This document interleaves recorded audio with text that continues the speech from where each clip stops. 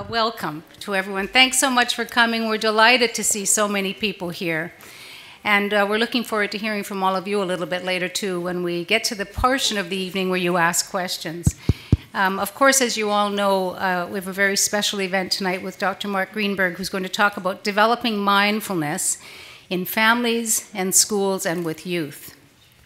And I am Maria LaRose, and I know many of you, and I get to be the moderator tonight. In addition to that, I'm also involved with the Dalai Lama Center. It's a program with the Dalai Lama Center called the Center for the Advancement of Heart-Mind Education, and the acronym is CALM. And what we're interested in is the heart-mind education of children and youth. That's really a lot of what we're talking about tonight as well. And we ask the question, how do you create environments that are more conducive to developing or raising or fostering children who have those positive human qualities that Mark's going to be talking about tonight? And we invite all of you to be part of the conversation as we continue to develop this program. And so I'm just going to start by describing the evening, how it's going to evolve. First of all, Mark is going to come up to this podium. He's going to be a lot taller than me, and you're going to be able to see his head a lot clearer. And he's going to do a presentation for us. And after that, we're going to be joined by a couple more people, and I'll tell you about them in just a few minutes. And we're going to have a conversation, a dialogue, and that's where you come in. So if you have questions, just make a note as Mark is talking about what your questions are, and we'll come around with a microphone later on. But before we get started, it's my pleasure to introduce to you a trustee of the Dalai Lama Center for Peace and Education and the founding director, Victor Chan. Please welcome Victor.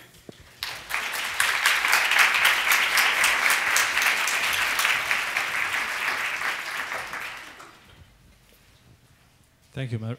Thank you. Can you hear me in the back? So,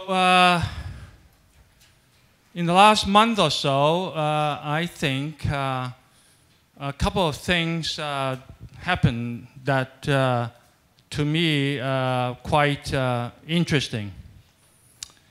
And maybe I'll ask for a show of hands here. Are there anybody here who have not heard of Tiger Mom?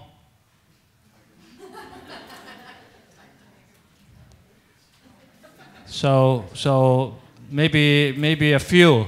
Everybody have heard of Tiger Mom. Anyway, for those who have not heard of Tiger Mom, she is a Chinese mother who teaches law at Yale. And she shot to fame a few weeks ago because the Wall Street Journal excerpted a chapter from her new book. And when that thing was published,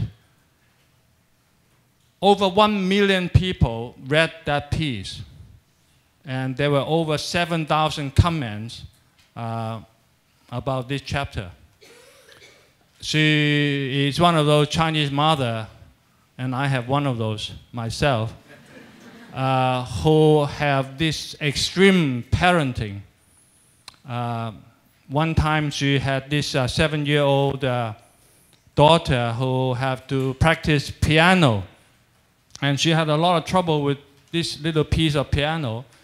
So she forced her to play this piano piece over and over again for many hours on end, and to the effect that she was not allowed to go to the bathroom, and she was not allowed to go to sleep until she perfected that piece. This little girl was 7 years old.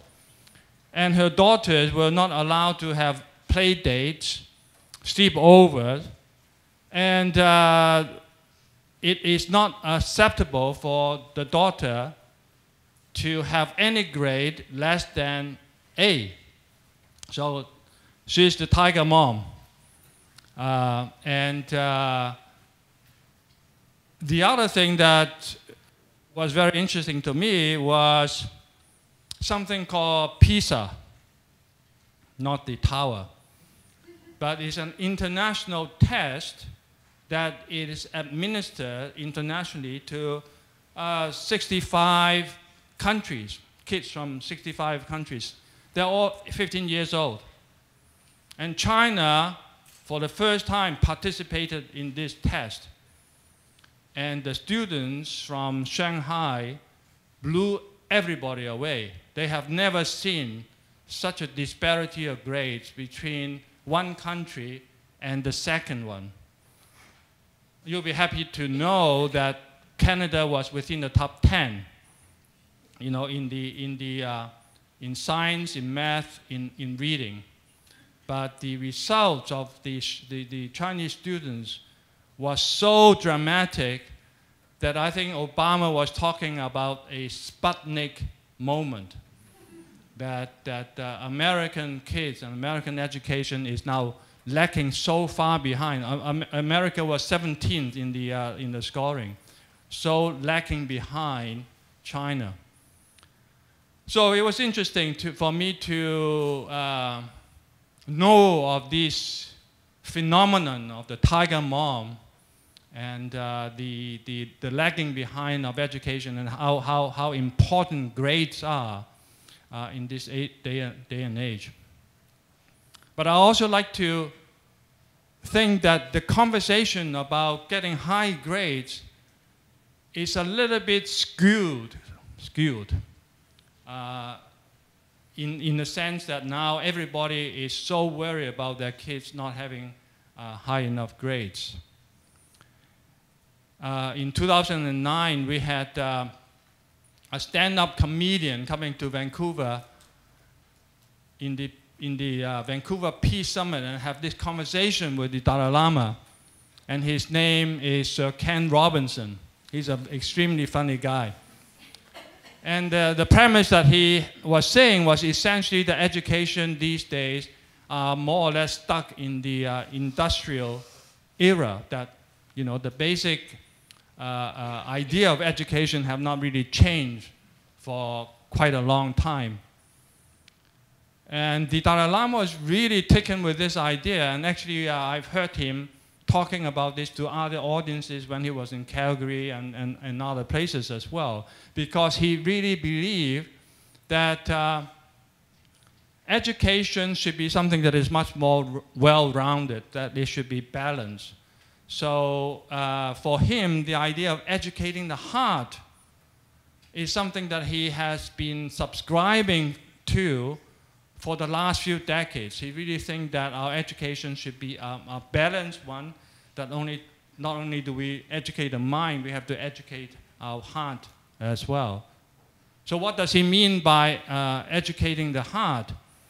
It's essentially a kind of learning that fosters the development of wisdom and compassion through a holistic type of a curriculum that look at the whole child. A kind of education that also enhances the competencies of social, emotional, personal, spiritual aspects as well. So this is what the Dalai Lama thinks is very important for us to go forward, that not only do we need to be very intelligent, but we also need to have a good heart. So this is what he means by educating the heart. And the end result of that is when you have this type of well-rounded education, you also, the students, the kids tend to be those who have a strong sense of self, a strong sense of well-being, a kind of flourishing, a kind of happiness that is not dependent on external circumstances, that is not dependent on hedonistic type of pleasures. So this is the kind of thing that the Dalai Lama Center is very keen to be involved in and to work towards. I'm also encouraged by a few things these days. I was actually recently in a conference in Sikkim, which is one of the states of India in the Himalayas. And the conference was called Science, Spirituality, and Education. And it was a conference called by the state government of Sikkim, by the chief minister of Sikkim. And the whole idea is to bring the latest research from neuroscience, from some of the secular ideas of the Dalai Lama, and then bring it into and embed it into the entire education system of the state of Sikkim. So it's quite unprecedented that a state in India would look at changing the education system so that the idea of educating the heart is actually very much within the curriculum of the education system. And the other thing, of course, is in our own backyard that in BC, that one of our the 4 pillars of education is social responsibility. It's quite unique in this part of the world. And we also have people who are very much working on educating the heart, people who are doing research, who have been working with classrooms and school districts and so on. People like Professor Kim Schonert-Reichl, Professor Clyde Hertzmans, and so on. These people have been working at it for quite a long time, and their work is now bearing fruit. We also have Mark Greenberg, who is very involved in the US with an organization called CASO, which is the leading organization in the US that promotes social and emotional learning. So it's wonderful to have Mark here to talk about his experience of working towards social and emotional well-being. So I think I'm done. Who's up next? Me. Oh.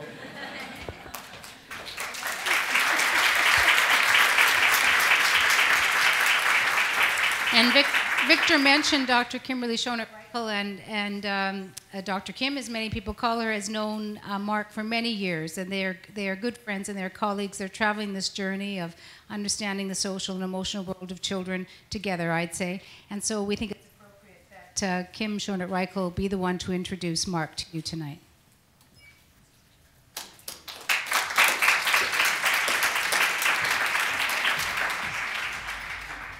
Oh, this is, sorry. Are your ears okay? Okay, so it's really a genuine pleasure to be up here and to be able to introduce Mark, who is a very special person. But I'm going to start with the sort of more traditional stuff, his academic accolades, and let you know that he is the Edna Peterson Bennett Endowed Chair in Prevention Research at Penn State. And he received his PhD in developmental psychology from the University of Virginia and taught at the University of Washington from 1977 to 1997. He's one of the founding members of CASEL, the Collaborative for Academic and Social and Emotional Learning, which is the mothership of, that's what Mark coined, the mothership of social and emotional learning, and it's CASEL.org. You should go there. It's an amazing site. He also, Mark, just some things. He started the PATHS program, promoting alternative thinking skills. He also received the Research Scientist Award from the Society for Prevention Research in 2002. He has over 200 journal articles and book chapters. And I could go on, and I'd be up here for another half an hour. But I'm going to tell you 3 things that you might not know about Dr. Mark Greenberg that I'm going to share with you that I think are important to know. So first of all, Mark has roots in BC. And tonight at dinner, he was telling me that he actually started work in British Columbia when he started at University of Washington in Seattle in 1978, where he began to work with deaf children. And then when he did the Promoting Alternative Thinking Skills curriculum, he traveled all throughout BC. I'm sure you've been in many more places in BC than I have been, Mark, in the 1980s. So there, Mark is really one of us, really one of the BC people. The other thing you should know about Mark is he is something that, have people heard of Malcolm Gladwell, The Tipping Point? right? You've heard of him and some of the outliers. Mark is really someone that Malcolm would call a connector. He's really, so first of all, when I met Mark, we now jokingly refer to him as my agent, because it was Mark who is responsible for connecting me to Victor Chan, who then connected me with the Dalai Lama. It was Mark who connected me to the Han Foundation and began the work with Goldie Hawn. It was Mark, I could go on and on and on, all the ways. And I thought I was somehow special, that somehow Mark was my agent. But then I go in December to Penn State, meet all these other people who work with Mark, and guess what? He does the same thing for all of them. He is a connector for everyone. He brings the people in the world. And I want to just say, he really, something that Malcolm Gladwell would say is these people, these connectors, who link up us up with the world, who introduce us to our social circles, these people on whom we rely more heavily than we realize, are connectors, people with a special gift for bringing the world together. Finally, and this is kind of one of the most important things, in addition to being a brilliant academic and scholar, Mark is really one of those rare individuals, rare academics, who bring heart and mind together. He is humble, generous, kind, and compassionate, and he leaves his imprint on all of those who are lucky to have connected with him in some way. To me, he's a role model, a person who I could only begin to tiny bit of try to emulate. And I just want to end with the Dalai Lama quote: "If you want others to be happy, practice compassion. If you want to be happy, practice compassion." And I have to say, I guarantee that Mark will make you all very happy because of his compassion. So join me in giving a warm welcome to Dr. Mark Greenberg.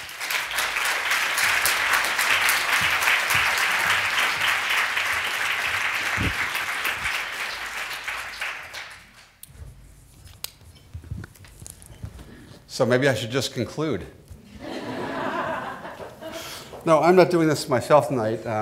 Christa Turksma, my wife and better half, is going to do this together with me. And we're going to be a whole brain together, because I'm going to be the nerdy left brain, talking about science and theory and data. And she's going to be the wonderful right brain that's going to do some practices with us. So we're going to sort of combine things tonight, because we don't think it makes much sense to do a talk on mindfulness with children and families and you without practicing some mindfulness ourselves. So first, I want to, of course, thank people here at the Dalai Lama Center, Victor Chen and Lynn Green and Maria LaRose. I love being in Vancouver. As Kim said, I started coming here to work with the Children's Hospital in 1978. And Vancouver is more than a Canadian city. It's really a global partner and a place that I think nurtures people better than any urban areas that I visit. So it's always an honor to come here and to do things here, and very exciting for me. So Chris and I are going to talk today about mindfulness in families, schools, and youth. Sort of, there's an old Buddhist idea: if you want to keep a cow happy, you give them a big field. So we're going to sort of deal with a big field tonight. We're going to sort of go quickly, talk about different kinds of ideas that we have been working on, and we'll see where it goes. So I think the first part of being here is to actually realize that we're all here. So Christa is going to lead us in some activity, some mindfulness activity to help us become present. Good evening, everybody. And the accent you hear, oh my goodness. I'm like the deer in the headlight. Here's the spot. Okay. The accent you hear is Dutch. So we're very international tonight. So if you're like us, Mark and I, you already had a full day. Work, school, home. And now you're here. And I'm sure your intent is to be really present.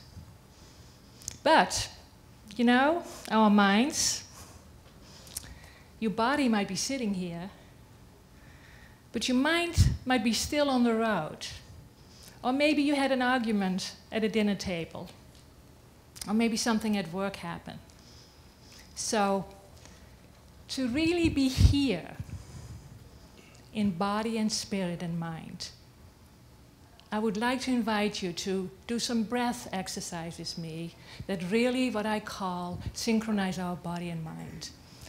And you know, the breath is something it's a very powerful tool that we have, that we can use any time where we need to gather ourselves, where we need to center ourselves a little bit, but we want to do it in a way that is really beneficial.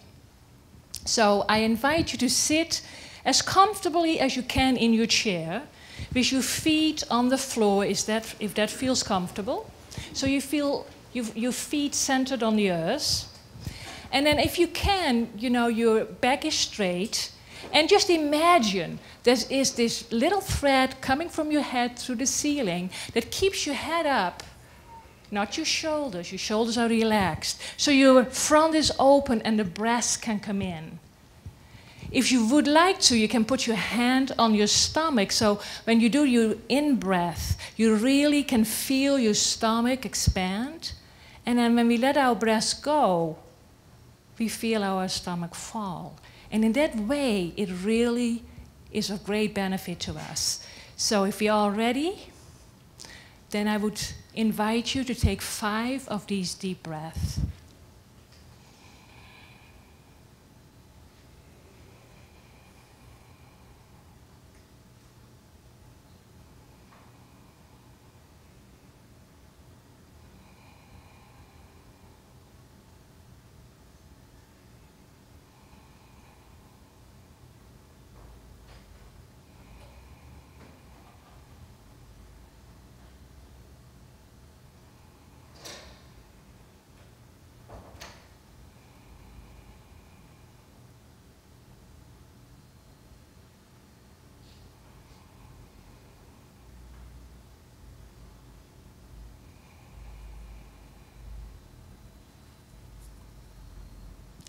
So if you feel all centered and really here, thank you for trying this. And you know, no matter how many times I do this, I always feel nervous. So I am so grateful for this exercise because I can calm myself.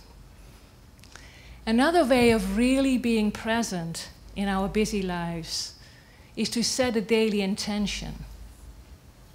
Just in the morning when you take your shower, it's a perfect time to take your 5 deep breaths and say, what do I want to be this day? How would I like this day to be? And maybe you've noticed, you know, that the multitasking has taken over. And you might set the intention, I'm going to slow down a little today. Or maybe you have noticed you're really short with your students or a fellow worker, and your intention might be, I'm going to be gentle today. Gentle with myself, gentle with others. And it's almost, I see this as a beacon. You know how a sailor at the sea, the beacon is the guide where to go? This is how I see an intention. It's different from a goal, because a goal is something we set and then we have to reach it, right? And if we don't reach it, that's another tool that we can punish ourselves and say, what's the use? I don't do it anyway. So this is something we aspire to. So I invite you now to just think, what do I want out of these 2 hours? What is my intent for these 2 hours? Keep an open mind. Stay awake. Leave work where work is. Be really here. So take a minute and then set the intention for yourself, whatever that intention is.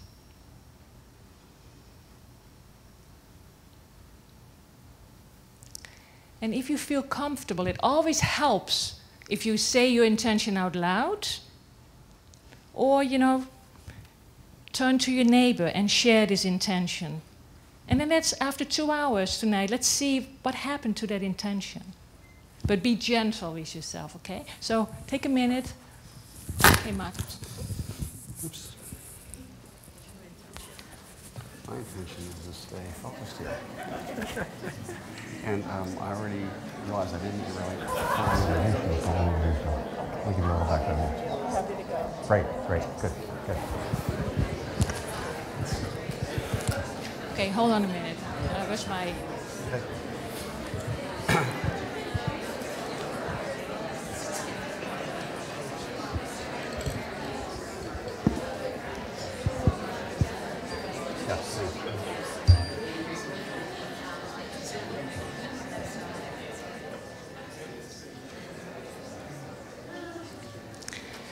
All of you who are teachers in this room, can you raise your hands? Who are teachers here? This is a magic tool in your classroom. It saves your voice, and it brings a natural mindfulness to your classroom throughout the day. Kids really like it. So if you introduce it and you say, you know, whenever I like your attention, when you hear this, just stop whatever you do and listen as long as you hear the sound. And so naturally you bring quiet moments in your day. You don't have to raise your voice. Because, you know, oftentimes when our class get out of control, we say, hey, be quiet, please. And what are we doing? We are bringing more energy into the room. And this is a perfect tool to bring quiet everybody down. Okay, good. Thank you.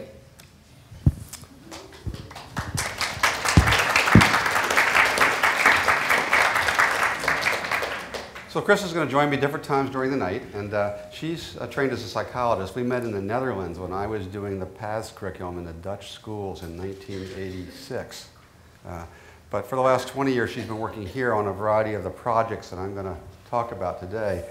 I'm going to talk about three kinds of projects today. They're part of what's called the PEACE program at Penn State. I'm going to talk about mindfulness and teaching. It's the CARE program that Christa is one of the authors of with Richard Brown and Tish Jennings.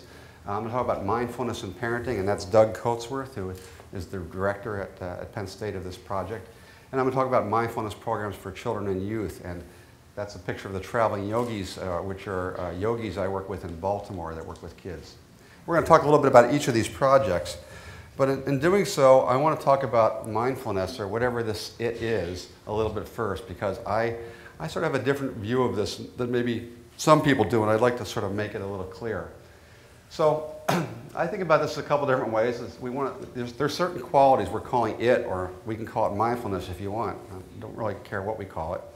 But I think there's a couple things. One is calmness, kindness, and compassion. And that's related, if you want to in the Buddhist tradition, to the interdependence of all things. And then there's the issue of clarity or insight or awareness and reflectivity. Thupten Jinpa, Boingo must be around. See, multitasking comes at you when you don't want it. Thupten Jinpa, many of you know, is the Dalai Lama's interpreter in the United States and Canada. He lives in Montreal. He's written very articulately about this, and he says there are really three things that an educated person should be. One is to be learned, and that's to have a sharp mind, a diamond mind. The second is to be disciplined and possess high integrity. And the third is to be kind and compassionate. So when we think about what we want to do, it's a lot more than, I say, teaching kids how to close their eyes and take a breath. We're talking about a much broader sense of what it means to be fully human and educated. And I was here at the wonderful Educating the Heart meeting. How many of you were here with Bishop Tutu and His Holiness, et cetera, at UBC years ago? Bishop Tutu raised really what I call the same idea. It's very similar. He calls it the concept of Ubuntu. And this is the highest praise to say you have Ubuntu. This is a person who recognizes that he exists only because others exist. A person is a person through other persons. Right? It's only through connectedness. When we say you have Ubuntu, we mean you are gentle, you are compassionate, you are hospitable, you want to share, and you can care about the welfare of others. This is because my humanity is caught up in your humanity. Very, very similar idea. So this idea crosses many cultures and of course, spiritual traditions. Now, in the sort of the modern Western world, John Kabat-Zinn's been very helpful to us all in sort of defining this idea of mindfulness, and many of you have probably seen him speak about this, but he talks about it as paying attention in a particular way, on purpose, in the present moment, without judgment. And that's what Christa was doing with you when she was having you set an attention, which is paying attention in a very special way, on purpose, in the moment. But he also talks about it as being open-hearted and having a moment-to-moment non-judgmental awareness. Okay? So it's both an open-heartedness as well as a sense of being present in the moment. Both of those are important. And there's been lots of research on mindfulness. Last year there were over 1,000 papers in scientific journals published just on mindfulness intervention outcome studies. It's a field that has grown dramatically. And while there's some not so very good work, there's actually some really excellent work from a science standpoint. And the focus has been on three things, really. Mostly been on adults. There's very, very little work on kids. We'll get to that. But it's mostly been on adults and mostly focused on pain, because John Kabat-Zinn started at a hospital in Massachusetts. Most of the studies that he and many other people have done afterwards were on the relief of symptoms of pain.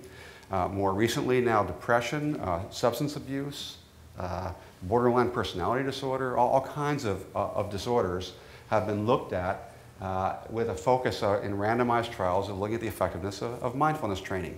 And most of this has been secularized mindfulness-based stress response or some version of that. Okay?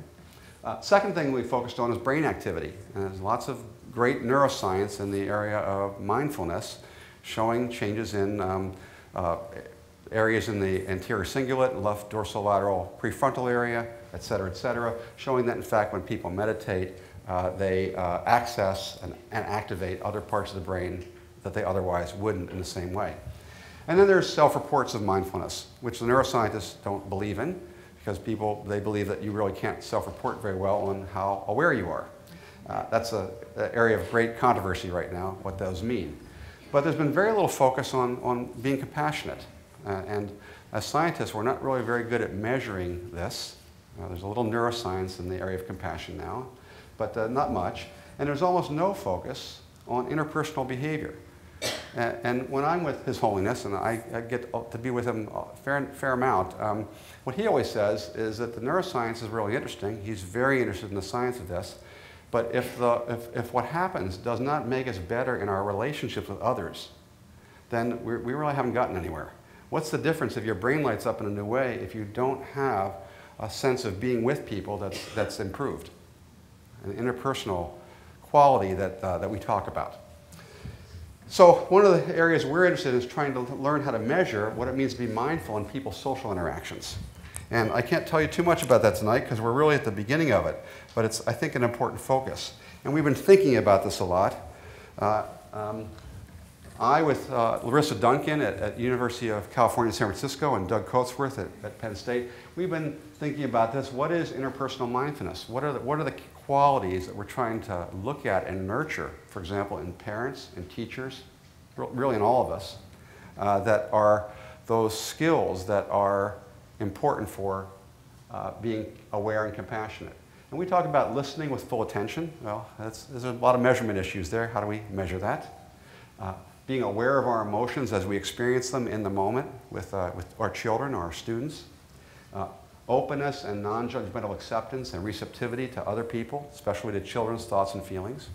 Really being receptive and open to what they have to say. That's not easy to do. Chris and I are the parents of one teenager and one that just passed 21 last week. And it's not always very easy to be open to your own children or your students in the classroom when you have your own goals in mind. And that means you have to be pretty good at self-regulating, being low in reactivity to what other people tell you, and being low in automaticity in your behavior. It means being free and in the moment in that sense, not being on automatic, not using your habitual responses. And that's also then being aware and responsive to a child's individual needs, or what in the classroom educators call teachable moments. Knowing when to intervene, being aware enough to know when's the time to intervene and when's the time to just be quiet. Right? Often very hard for all of us in our interpersonal world. I think that there's a great quote, and I'm forgetting who said it now, and that is, only the naive know themselves. That is, through adulthood, until our last day, our biggest Our biggest challenge is actually knowing ourselves. It's being aware of ourselves and how we feel in relationship to others in the moment. So, of course, part of that also is being compassionate. So we're very interested in these qualities. How do we promote these qualities of what we call interpersonal mindfulness? Being aware of ourselves and others, being low in automaticity and low in judgmentalness. So many people associate the idea of mindfulness with sitting down in a chair with your eyes closed and doing some form of meditation. There are very many forms of meditation. Even in one tradition, like in one Buddhist tradition, there are over 500 different techniques. But we all associate the idea of mindfulness with somehow sitting in a chair like Christa did with you and taking some deep breaths, although we might be doing it for an hour or 2 hours instead of 5 breaths. We don't think of mindfulness that way. We think of mindfulness in a way as this, right? These abilities, these capacities. And there's many ways that one might get to these to improve or to nurture mindfulness. Meditation's one. Yoga for some people is another. Depends, of course, on the form of yoga and the type of person. Martial arts is another way. Service learning is another way. Prayer. Prayer is probably the most powerful we know of, right? Why do people go to Mass every day? Why do people turn to Mecca so many times a day? Why do Jews go to minions every day? Why is there an everydayness to the practices of religions? It's to keep you aware. It's not to bind you, it's to keep you aware. It's to bring that moment-to-moment awareness or mindfulness into your life on a daily basis. Okay? So we think there's lots of ways to do mindfulness, and the idea that somehow mindfulness has to do with meditation, well, that's one form of mindfulness, but I think there's many ways that people can become mindful. And I'm sure you all yourselves know people that go to meditation retreats all the time and are neurotic as hell. And you know people that have never meditated in their lives, and if I showed you those characteristics, you'd say you know lots of people like that don't know anything about meditation, right? So we don't want to merge these things together. We don't want to reify mindfulness as a certain practice. We want to define mindfulness in a broad way. We want to think about different ways that people can nurture and facilitate these capabilities. Now, not only that, it's a little more complicated in the Buddhist teachings, for example, because the Buddha said, well, there's really three components of the process. There's the practices, right, which could be a meditation practice or a yoga practice, or let's sleep with that for now. There's a dharma or a worldview, and when you go to a teacher, it doesn't matter if it's a priest or a meditation teacher or a rabbi, there's always a dharma, right?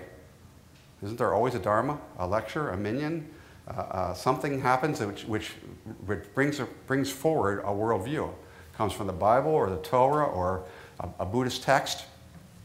And then there's the third thing, which is the community. And what the Buddha said is that those three things work in an interrelated way. That just having practices divorced from a dharmic worldview of, for example, compassion. The idea that you should be compassionate, the concept of Ubuntu, is a worldview. It's not a practice, it's a worldview. It's something broader than a practice. And that's wrapped together into a community. So when we think about mindfulness, we need to think about this in a thoughtful way. That there are these three components. The practices by themselves, well, they're of some interest. I think by themselves are not very powerful. Okay? They might sharpen our mind a little bit. Okay? But when they're combined with a worldview, and that worldview is shared by a community, then there's enormous power in this. Now, this power could, as you could see, could be for something not so good also. You could think about a dark side of these three things also, right?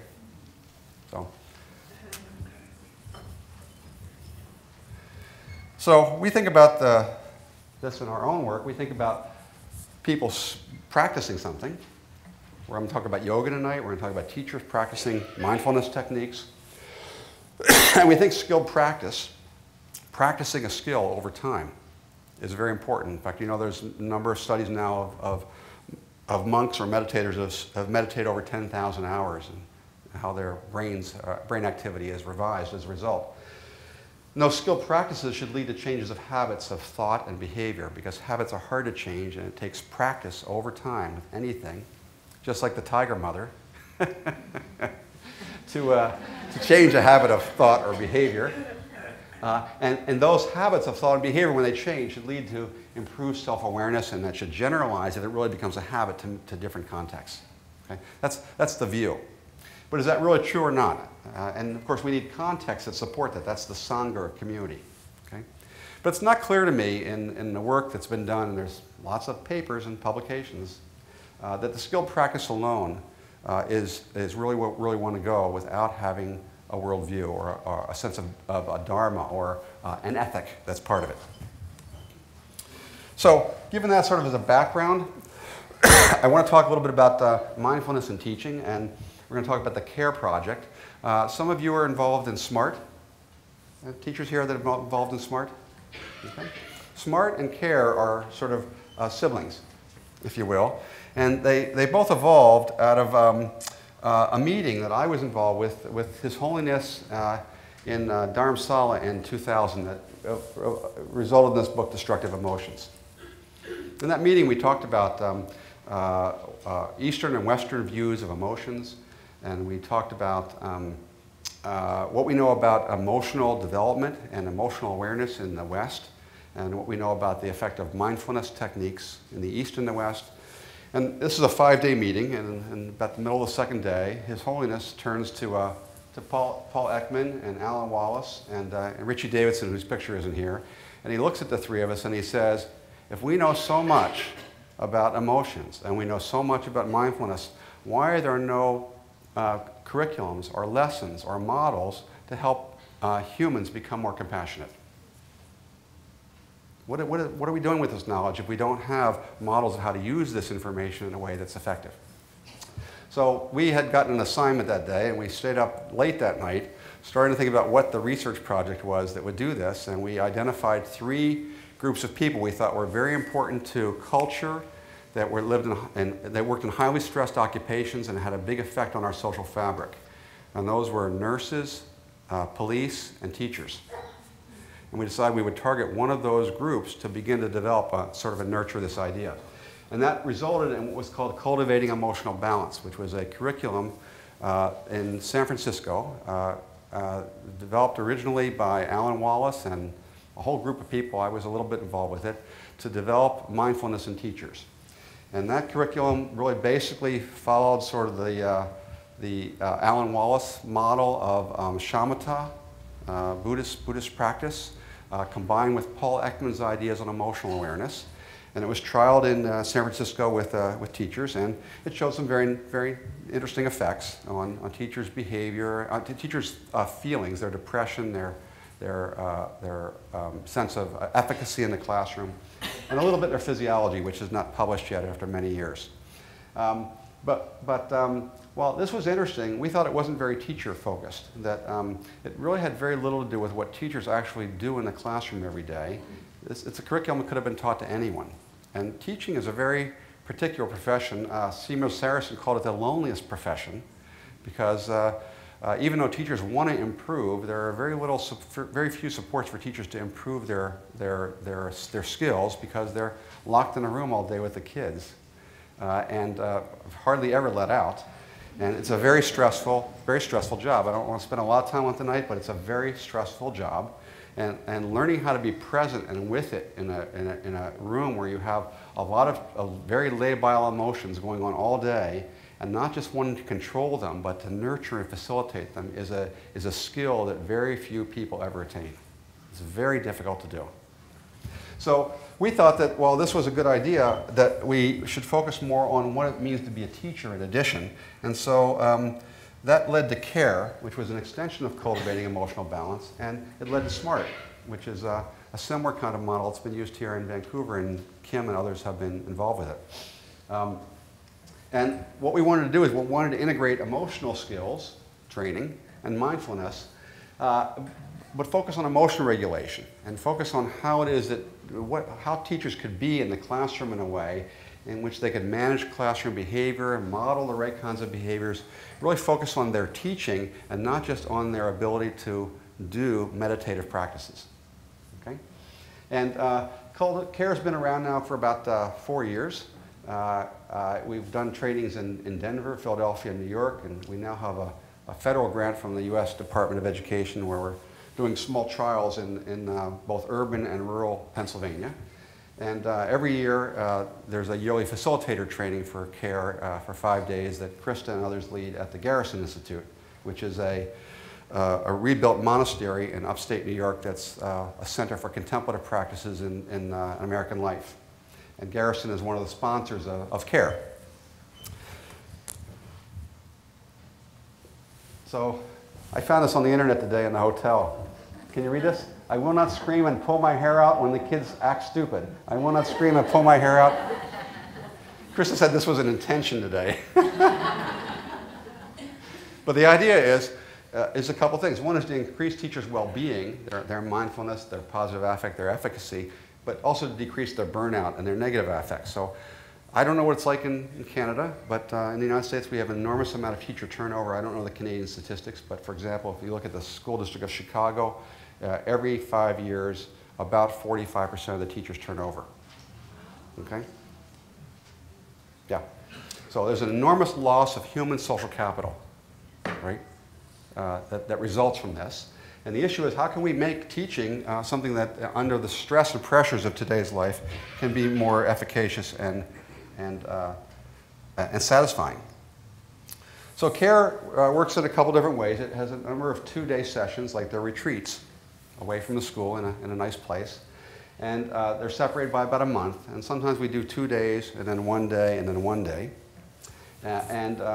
It has a number of different things. It has emotional awareness training, which is on sort of the didactic lessons on certain emotions. People becoming more aware of certain emotions that they have, like anger and fear. Experiential exercises around anger and fear. Basic mindfulness training. Some of it's traditional mindfulness meditation, walking meditation. And then what we call caring practices, which have to do with developing empathy and compassion. And then lastly is deep listening, learning how to really listen deeply without responding, which is very difficult to do. And then working with teachers on how to apply these abilities to teaching in the context of their classroom. Okay? That's sort of the idea of it. I'm not going to talk about it much more today, but I'm going to now hand it over to Christa. She's going to talk a little bit about the sort of part of it. This is a 4-day process, but just to give you a feel for one aspect of the care model. I think I'm standing here. Okay. So when we introduce care, usually as teachers you go to a training or workshop to learn about a new curriculum that you have to implement in the classroom, and that's, for your kids. Care is different. This is really meant for the teachers. There's nothing in the training that teachers get that really helps them, that supports them and prevents burnout.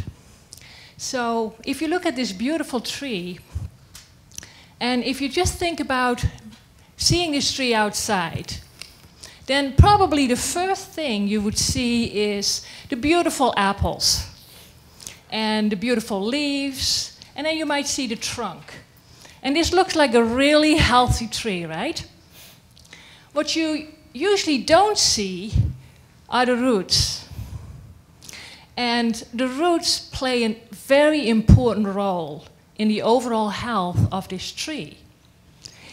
Not only do the roots support this tree, but it also digs really deep into the soil and gets water and nutrients up, transported through the whole tree, so the tree can be healthy.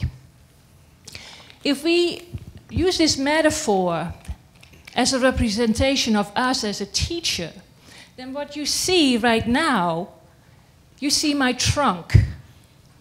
My presence in this room, my presence in the classroom. You don't see my roots. You don't know how I nurture myself. And you don't need to know. What you see, what you feel, is my presence. And if I have a really healthy root system, if I take good care of my roots, then my trunk can be really strong and flexible. And I can go with whatever storm is in my classroom without bending over too much and topple over, or being stiff and rigid. I want to be able to be flexible.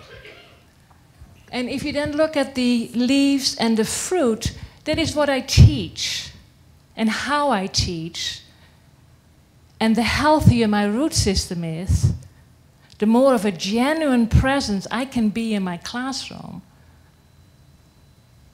the more efficient I can teach. Because even with a very rigid curriculum, I can still be flexible enough to help my students learn and teach in a way that's beneficial for them. So there are many, many ways in which we can nurture our roots. But what we do in care, we really focus on what we call the inner resources. And that is getting a better understanding of our own emotions. Because, you know, emotions, that's the way we communicate. That's the way we bind as people together. It's our first language. Everybody here who's a parent, you know, you look at your little baby and you see if he or she is happy or unhappy. So it's our first way of communicating. And actually, you know, as a baby, it's probably the only time where we're completely honest and in touch with our emotions. Over time, we kind of lose touch. And it's so important because if we know how we feel, why we feel that way, what pushes our buttons, what really triggers our emotional reactivity, then that becomes conscious. We become more aware of the physical sensations that go along and our thinking, you know, when we have an emotional reaction, and our habitual reaction. When I feel scared, I might become very stiff and rigid.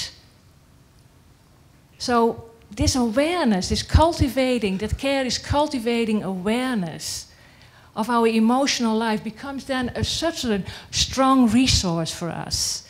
It teaches us respect for our emotions, respect for the signals that we get, knowing that if we pay attention to those signals, that's very good for us because these signals will, you know, they tell us something. I better pay attention before I habitually react. It makes it possible for me to be much more empathic. The more I know about my own emotional life, the more I'm able to regulate when I'm triggered. The more empathy I can have for my students, for my colleagues, for my principal, knowing that an angry outburst is not necessarily meant to get me. It's not personal. It's just an example that they have feelings and they sometimes lose it, like I do. So I get much more empathic. It makes it possible for me that when a student is expressing his or her anger in my classroom, that I can take that long deep breath to regulate myself, which gives me more choices to respond instead of habitual reacting, like, you can't talk to me that way. And before I know it, we have this power struggle going on. So becoming aware is really, really crucial of our own emotions. And I would like to read the poem by Rumi that tells us about the importance of our emotions. And it's called The Guest House. This being human is a guest house. Every morning a new arrival, a joy, a depression, a meanness. Some momentary awareness comes as an unexpected visitor. Welcome and entertain them all, even if they are a crowd of sorrows who violently sweep your house empty of the furniture. Still, treat each guest honorably. He may be cleaning you out for some new delight. The dark thought, the shame, the malice, meet them at the door laughing and invite them in. Be grateful for whoever comes, because each has been sent as a guide from beyond. So the more we listen, when the eyes are open, we can see. When the heart is open, we can understand. And this is a quote from a Sufi master. And that's the cruise of awareness, right? Opening the heart so we can understand. So, I was going to do a body scan? What's that? I was going to do a body scan, right? Okay, sure. Good. Or did you have another idea? That's okay. We like to give you, a little bit more experiences as well. And, part of our emotions is physical sensations go along. And a lot of times, I like to compare our emotional life with an elevator. And if I get up in the morning and I had a good night's sleep, my emotional elevator might be nicely on ground floor. Everything went fine, my morning goes fine. But how many of us, think a moment for yourself, how many of us really keep track where that emotional elevator goes? Emotions come and go, and they come very quickly, right? So the elevator goes up and down almost all day long. If we are very unaware of what's happening, not paying any attention, by the end of the day, the elevator is usually on the top floor. And then we go home, and something very little happens, right? And we snap. Because that elevator has nowhere to go. Either it goes out the top or it hits bottom, right? And this is the cause of the exhaustion and of burnout.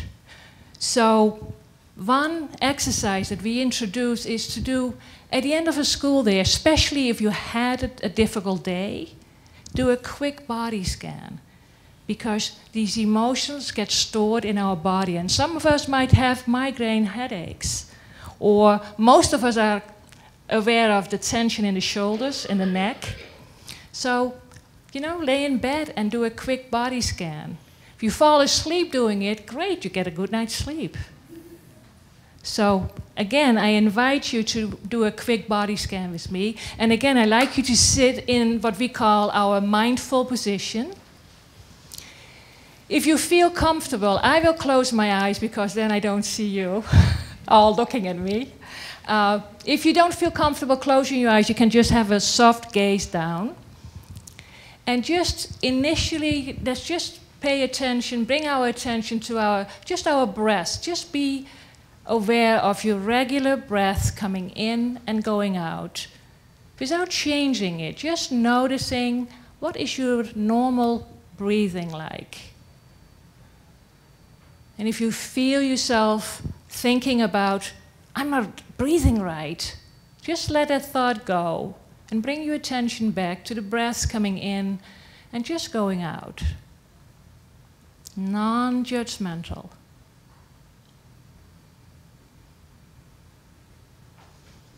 Just notice the breath. And now I invite you to bring your attention to your head, to your face first. Notice your forehead. How does it feel? Is it relaxed? How around your eyes? Your cheeks, your jaw? Just notice if there's any tension. Without judging, just noticing. And then bring your attention to the back of your head. How does it feel there? Is there any tension in the back of your head going down to your neck? And how's your neck and your shoulders? A lot of us hold a lot of tension there. Just notice what is there. And again, no judging, just noticing what's there. And then slowly let your attention go down your back, down your spine, And feel your bottom on sitting on the chair. And again, just notice whatever is there. And now bring your attention to the front. And first your throat. How does that feel? Is your throat open? Is there some constriction there? And slowly bring it down to your chest area and your abdomen. Just notice whatever is there. And now bring your attention to your right shoulder, going down your arm to your elbow, down your arm to your hand. Just feel whatever is there. And then bring your attention to your left arm, your shoulder down to your elbow, from your elbow down to your hand, your fingers. Just notice. And now bring your attention to your right leg. First your thigh, going down to your knee, down your leg. Feel your foot on the floor. And then to the left leg. The thigh, down to the knee, down your leg to the foot. And having gone through your whole body in this gentle way, now bring your attention back to that place where you felt the most tension. Maybe it's your neck and shoulders. Maybe it's in your abdomen. And if you have found that place where the tension is the strongest, then just be with this feeling and get to know it a little better. What does this feel like? And again, try to just be gentle and be curious. What does it feel like? Maybe you see a color, maybe a word comes. Whatever it is, just notice this. And see if being with this feeling in a non-judgmental, gentle way, see if there are any changes.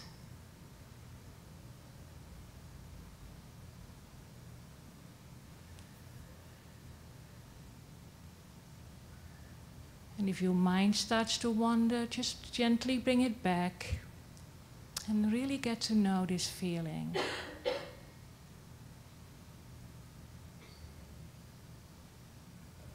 And now we're going to leave this behind, knowing that if it needs a little more of our attention, we can always come back. And bring your attention back to your regular breath, coming in and going out.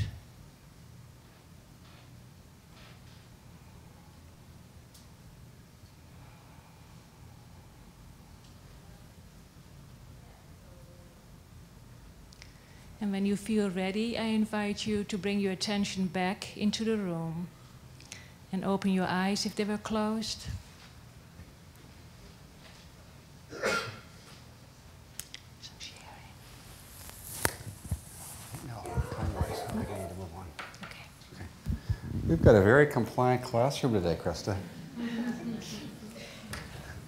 Okay, well, we're doing this because we want to give you a feel for some of this. But you would guess, of course, if Christa was doing this in a retreat, it would go on for longer and be a bit slower. And afterwards, we'd have a time for people to talk about, reflect on it, maybe write something about it, etc. I'm not going to talk any more about this today. Maria said don't put up a lot of data slides. We have a little bit of data showing, and I think Kim will say similar things, that we have some reasonably good data showing that teachers, especially hardcore, urban, experienced teachers in tough schools, in a randomized trial design, look like they are reporting lower rates of problems afterwards compared to before in matched samples. So I think we're onto something that's useful, but we've only done this for about 4 years, and learning to do this work well is something that takes quite a long time, and so I think we're still learning as we go. So I want to switch to parenting for a minute, because that's really easy, right, compared to teaching. Being mindful in the moment as a parent is really, it's a pretty hard thing, would most of us agree, right? So we've been working with other projects at the center that I direct for quite a long time with a fantastic parenting program. It's called Strengthening Families. It comes from Iowa State University. It's a universal program for all parents of kids that are from about 5th grade, 6th grade, sort of as they're getting into early adolescence. And it's a curriculum where the kids come and the parents come. The parents are with parenting groups for an hour, kids are in kid groups, and then the parents and kids do activities together. And it's supposed to prevent teen substance abuse, which is very good data shows it does, and behavior problems, strengthening parenting skills, but really building family communication skills. It was developed by an extension educator, extension agent in Iowa named Virginia Mulgard. It's been evaluated by a colleague of mine quite a bit, Richard Spoth, and I have been involved in a number of studies now with this, both at Penn State and my colleagues at Iowa State. And we've been using this for a long time. We've probably used it in, I'd say 150, 200 different groups of parents in urban and rural Pennsylvania. And we think this is a fantastic curriculum. But, and this is how it works, 7 weeks, 7 weekly sessions, parents come and kids come. Each session's about 2 hours, begins with a dinner. The parent sessions are highly structured. In fact, the way they run is a videotape runs the whole time. And when the videotape hits a certain point, discussion has to stop. You have to move to the next topic. Okay? So it's very structured. And families have a lot of practice of the skills during the second hour, and families really enjoy this curriculum. So it's very hard to get parents to come out at night to parenting programs. Anybody have trouble getting parents to come out? Okay. We can get about 17% of parents in an average rural or urban school district to come. And if we get them to come, about 85% will come for at least 5 to 6 of the sessions, 7 sessions. So once they come, they really enjoy it. That's the important thing. So there's a number of results of strengthening families. It's been shown to do the kind of things that you would hope, to improve both parents and youth reports of family involvement, of better families being better able to set up communication and rules, boundaries in adolescence, to manage anger, positive and negative affect in the parent-child relationship by both parent and child report, as well as observations of videotapes of families that have been randomized to get it and not get it. So it's a curriculum you can believe in. It's really well done. And parents seem to be better at managing the monitoring problems of adolescents also when they have been through this. And there are also longer-term effects on alcohol onset, alcohol use, lifetime drunkenness, cigarette and methamphetamine use. And this is just an example of a chart of kids that have had strengthening families starting in 6th grade. This is 6th grade over here. They got the intervention right here in the middle of 6th grade. And this is a trajectory for alcohol use without parent permission in the intervention and the control group. You see it's quite large. And there's been cost-benefit analysis showing about $9 saved to every $1 invested in this model. So an example in the world of prevention science that we can show that universal curriculums, if we can get parents to come to them, and are delivered well with implementation quality, can have strong effects. And this is a great curriculum, but we thought it could be a lot better. We thought it could become a mindfulness parenting curriculum, and so we began to change it. And we began to change it while working with a developer. Virginia Mulgard comes and works with us together. And so how do you make a curriculum a mindful curriculum? Okay, what do you do to it, right? Well, we think a couple things. One is we extend mindfulness in a couple different ways. We started to talk about these things that I talked about earlier. We talk more directly about stress. So for example, instead of starting the first Strengthening Families night by saying, "Hi, I'm Mark. I'm really glad you're here. We've got a lot to do, talk about adolescence and parenting, and I'm sure you're all anxious to talk about it. Let's get started." Instead, we would do what Christa did at the beginning today. She would talk about how busy our day was. We'd start by maybe having a short reflection, and then we'd set an intention for the night. And at the end of the night, before it would end, it's no meditation. Remember my 2 circles? No meditation in this. Mindfulness is not meditation. Meditation is one way of getting towards more mindfulness. That's only one way. Instead, we have a reflection. So we might ask the parents if they want to keep their eyes closed or their eyes open. at the end of the night, say the kids are going to come in soon, just take a moment and just reflect, and we often have them sit, as Christa showed you, and just think now, how can I carry what I learned tonight back into my life when the kids come back in the room? Okay? No long meditation, no Diamond Sutra, nothing like that. Nothing that wouldn't shake a Christian-based rural Pennsylvania audience. Okay? Or if you did it in Vernon or Terrace or anywhere, right? Prince George. Okay? Pretty similar places. So we talk about these things of stress. We talk about what are automatic thoughts and how to interrupt them. We talk about paying attention to themselves and their own well-being and how to apply skills. But the interesting thing is there's never been a test of a sort of a mindful intervention curriculum. We do some new activities that focus on the kind of things I talked about earlier, like listening with full attention. Right? How do you listen to someone with full attention? We talk more about emotional awareness. We have activities about their own emotional awareness, and what, as Christa talked with you, about what triggers you with your kids, what really gets your heart moving quick and your anger up. And we have them reflect on it. We talk about how to adopt an accepting and less judgmental. You can't have a completely non-judgmental as a parent, I don't think, but less judgmental attitude when interacting with your kids and what effects that might have. And we talk about more how to be more self-regulated, and we actually hand out little magnets that say, stop, be calm, be present. We talk about each week, what were they able to do in the last week where they were able to stop and really be calm and be present when normally they might have interrupted or had automatic thoughts or did something that they later regretted. And then we have some new activities that really generate, that are focused on facilitating compassion and really thinking about what does it mean, what was it like when they were teenagers, right? And to have compassion for their own parents, right? As well as compassion for their children. So this is the kind of work we've been doing with this.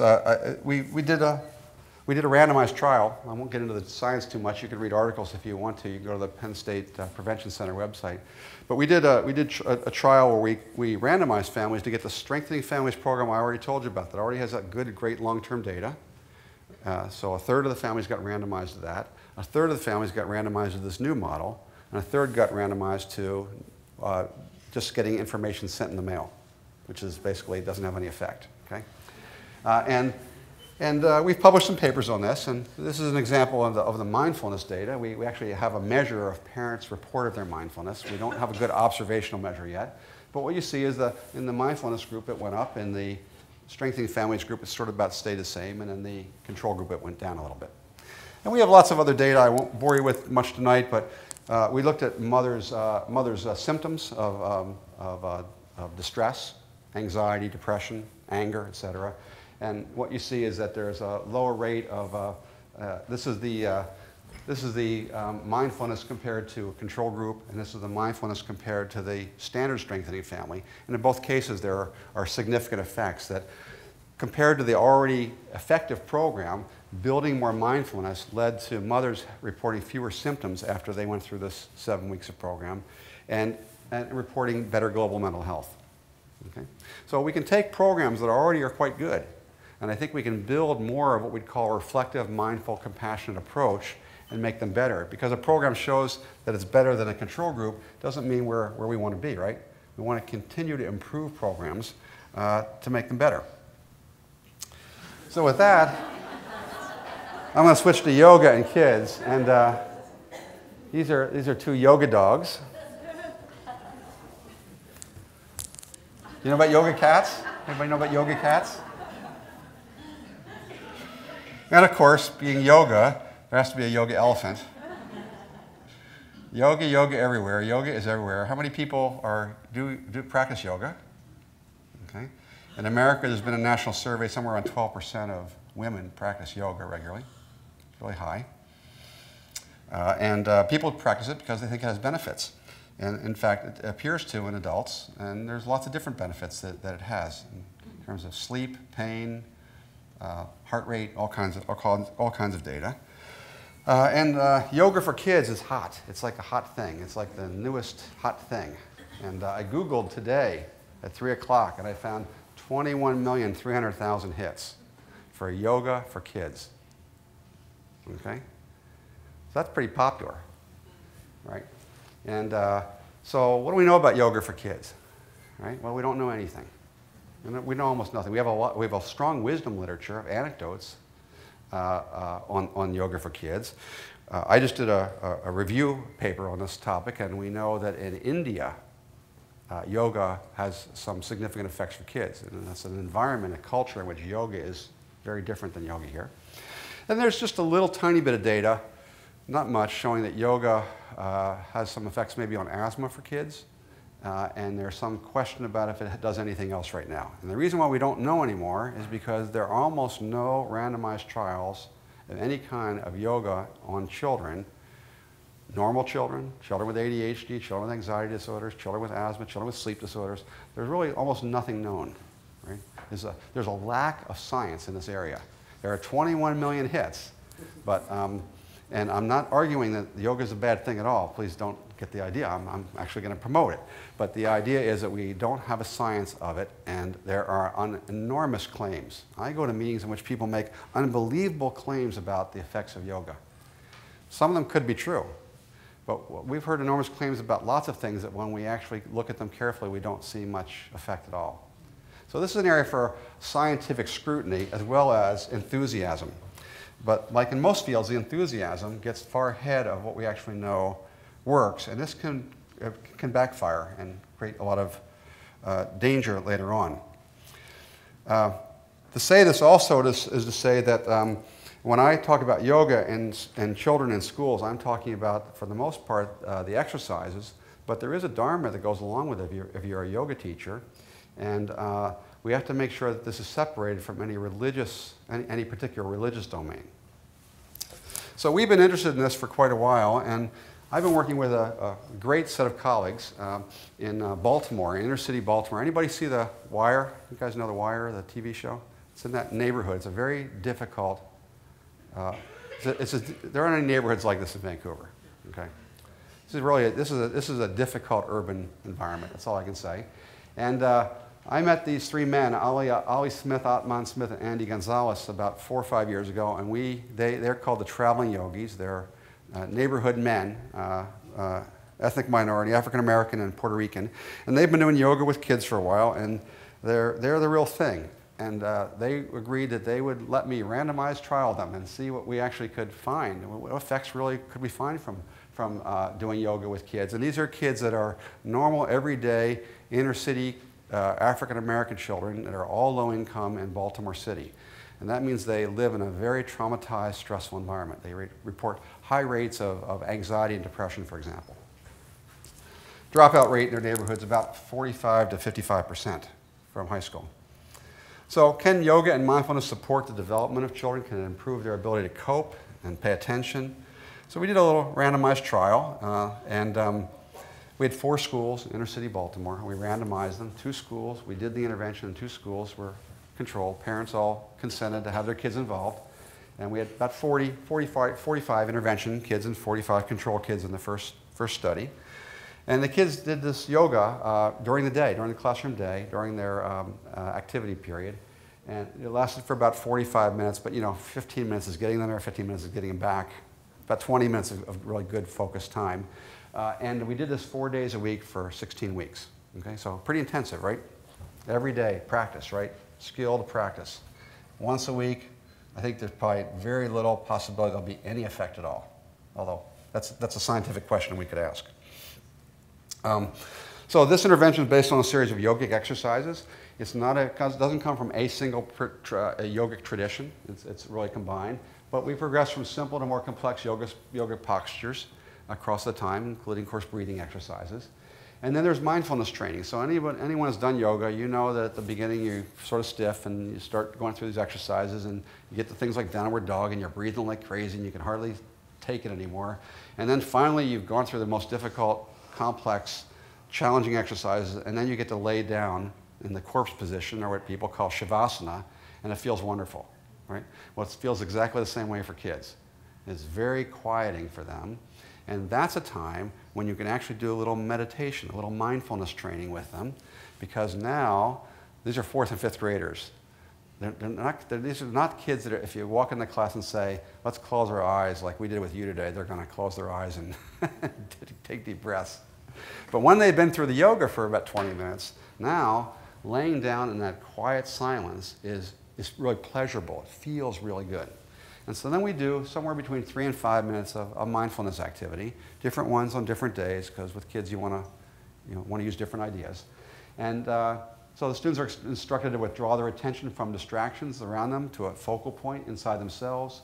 It might be done different ways, different days. And then they're guided to keep their minds focused and centered, etc. We talk about how thoughts and feelings rise and pass away just like you would in a teaching with adults. So this is what some of the kids say. We have randomized trial data, but this is what some of the voices of them say. The program has helped me because now I know different routines and exercises I can do at home. It helps me lower and reduce my stress. So whenever I get stressed out, I can just do a pose, and sometimes I can show my mother and my family. Okay? Most important thing I learned in the program is that all different ways to deal with your stress, instead of fighting and stuff. It really helps you relieve stress when you really feel stressed out or you're really mad, and focus on what's inside of you and just make sure that you stay calm. Okay? So we've done lots of focus groups with kids that have gone through this kind of program. This is sort of generally what they say. Some kids say, I don't really like it that much. There's about 10-15% of kids that they did it and that's it. Not going to do it again. So we've done this in a randomized trial, and we've interested in self-report at this point. And what we found is changes in the report of self-regulation. So 40 kids get it, 40 kids don't get it. We're looking at them before and afterwards. And what we see is changes in these kinds of things. Rumination. An example of a scale of rumination is when I have problems with other kids, I can't stop thinking about them. Okay? And what you see is the kids that have gone through the mindfulness yoga significantly lower in that kind of scale. Okay? They're less likely to ruminate. And rumination is sort of the best single predictor of anxiety disorders and somewhat of depression, this age group. Second thing is emotional arousal. So they report, again, excuse me, when I have problems with other kids, right away I feel really angry, sad, scared, or worried. And the kids in the intervention arm report lower rates of that afterwards. And lastly, they report fewer intrusive thoughts. It's sort of like rumination. That's when they can't control their cognitions. When I have problems with other kids, I can't stop thinking about them. When I try to sleep, or I have bad dreams about them. And this is a very tense area for kids, in which there's a lot of complex peer issues.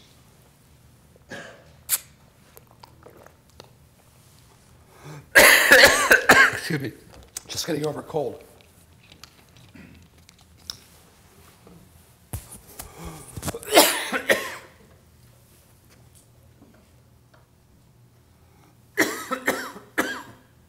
So there's some actual number data showing the same things. So, interestingly, we've just published this paper. It's the first paper published in the United States or Canada with a normal sample of children looking at the effects of yoga. Isn't that amazing? I thought when we started this, well, that's not amazing. I don't mean that we're amazing. What I'm amazed about is that no one's ever studied this. We don't really know much about it. So, of course, I was very naive in starting this, and I didn't even think about measuring height and weight. It turns out in our sample, about a third of the kids have asthma and a very high rate of diabetes. Thank you. So now we're doing another study. We've been working on this for about 3 years. We've done a couple more rounds of practice to get better at it. And now we're going to start measuring other things. For example, there's just a new study showing that yoga in adults affects GABA, an important aspect of health. And so now we're starting to measure both psychophysiology as well as height and weight, heart rate, et cetera, to try to understand what are the parameters that are being affected by yoga that might lead to these changes in rumination and arousal. But this shows you how young the field is, that we don't know much right now. Right? When should we start doing yoga? Right?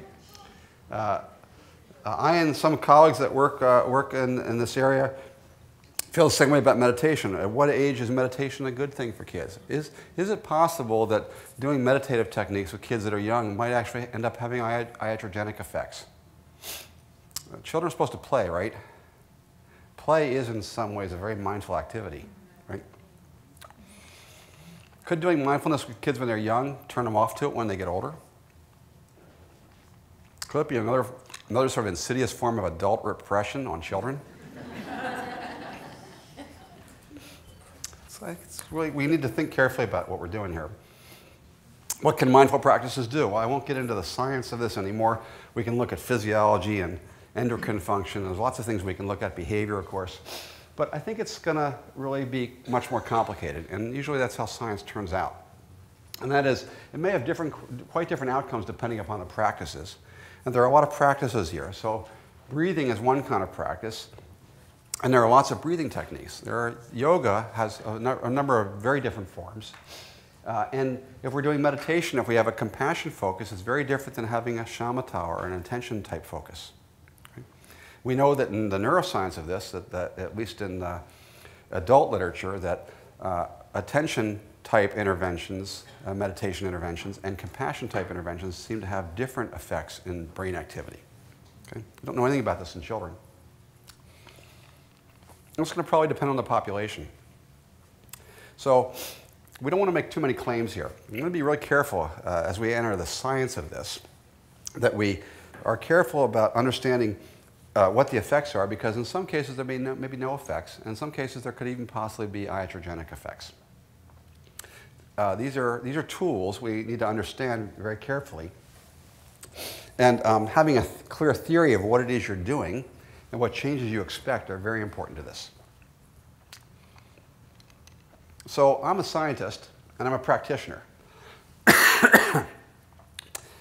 And being a practitioner is helpful in the sense that I have my own experience of what effects different mindfulness practices have on myself and on my friends, my family, etc. But we can't generalize these to other populations. What we need to do is do really good, careful work. This is an area in which there's going to be an enormous explosion of work, I think, with children in the next 20 years. Dalai Lama Center is going to be very central to this because it's one of the places that I think can stimulate this kind of good practice and science together. And I'm very excited. I'm near the end of my career, but I'm excited about the idea of the next generation of scientists doing really careful work in this area, because if we don't do really careful work, this will be a trend, this will be a fad, and it'll come and it'll go. Because if we don't do it well, and this has happened before in other areas that I've seen in my 35 years in social emotional development, if it's not done well, it'll easily be dismissed by people like Tiger Mom, right? Or people who spend their days thinking that the goal of education is just grades. It's not what Tatum Jimpa said. It's not about a focused and compassionate and caring mind. So I think there's enormous potential here. At the same time, there's enormous danger, right? For that reason, while I have an enormous excitement about this work, I think that we need to do very careful projects that demonstrate with clear accountability what things actually work and what things don't. And then to move forward to improve those things that work so they get better and better. And when we do that, science and practice can work together. But that means that all things aren't equal, and everything doesn't work, right? And if that's the case, then some practices that people are very excited about that have no effect don't belong in our schools or our neighborhoods. And that means we need to very carefully reflect on both the science that's done and the practices that are done. And by doing that, use the science, as His Holiness would say, to improve the practice, right? To improve things, and in doing so, not think just about things like the neuroscience. Neuroscience is sexy, right? So the first place people are going to want to go is starting to measure kids' brains. I can tell you, being in this field for a while, well, maybe sexy, it's not very useful. What's most important is to see if our classrooms become more caring places, if our families become more mutual in their satisfaction, and if teachers begin to enjoy and care about their jobs and their children in ways that deepen their practices as teachers and keep them in the profession. If we do that well, then those are the outcomes I think that will make a difference for our culture and society. And we can leave the neuroscience to the side and focus on what really matters to all of us, which is not how our brains work, but how we behave with each other. And with that, Maria, how are we doing? We're ready for a panel, because I've gone on a little long. Thank you. Good. So we'll take a break just to move into a panel? Yes. Okay, good. Mm-hmm.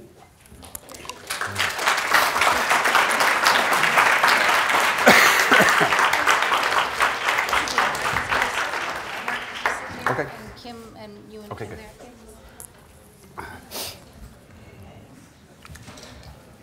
Just going to put this back. Okay. You've got a microphone, so that'll be for Christa. I have this. Yeah. My throat.